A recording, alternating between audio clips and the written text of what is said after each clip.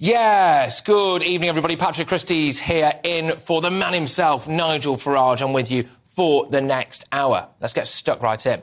Yesterday, we did a big exclusive on asylum seeker hotels, specifically one in Essex, and it got me thinking, why do we treat people from other countries better than we treat people who have fought for this country? So I'm calling for veterans' hotels. That's right. There are roughly 7,000 homeless military veterans at the moment. Many of them suffer with PTSD and other mental health issues, as well as a result of witnessing the abject horrors of war. Many have physical injuries as well.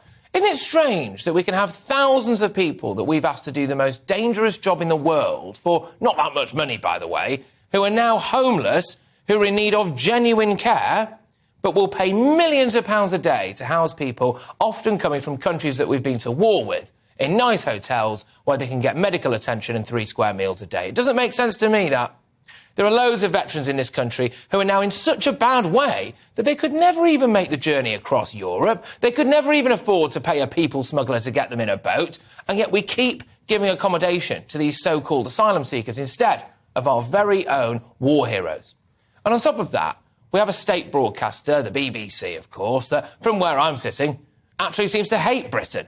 Not content with rampant left-wing bias and pro-EU bias, it appears that the BBC is now acting like Jeremy Corbyn, always on the side of our enemies. There was a documentary put out last night that basically accused the SAS of war crimes in Afghanistan. They used very spurious evidence and even included footage of what was actually the Australian SAS instead of ours. The documentary relied almost entirely on testimony from the enemy as well, but one could be forgiven, maybe, for thinking the BBC was more willing to take the side of the Taliban than our brave veterans.